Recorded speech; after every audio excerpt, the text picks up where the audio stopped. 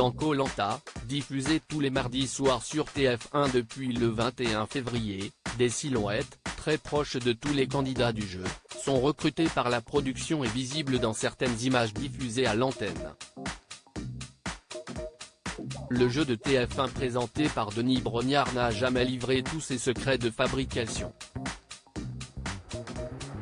Côté production, tout est mis en place sur le tournage de Koh Lanta pour ne rien louper des moindres actions des aventuriers se livrant une lutte acharnée pour être le dernier survivant.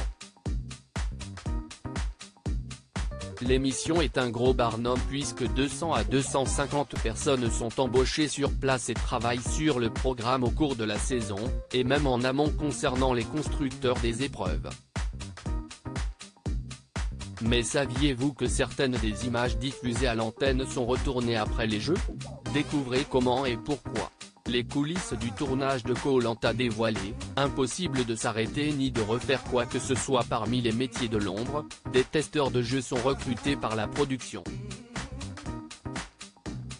Ils arrivent avant le premier jour de tournage en fonction de la construction des épreuves pour tester les nouveautés notamment, explique le producteur Julien Magne. Leur rôle est primordial, il y a autant de testeurs que de concurrents.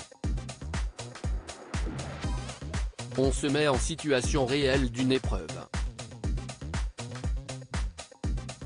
Ces étapes de test, en amont, en atelier ou sur le terrain grandeur nature sont très importantes, parce que le jour où les aventuriers débarquent sur le jeu, quand Denis Brognard donne le top départ, le jeu se poursuit jusqu'à la fin.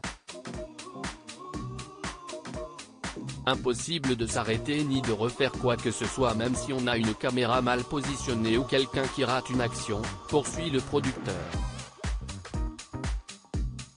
Et ce dernier de préciser, les épreuves de Koh Lanta sont racontées comme une épreuve sportive.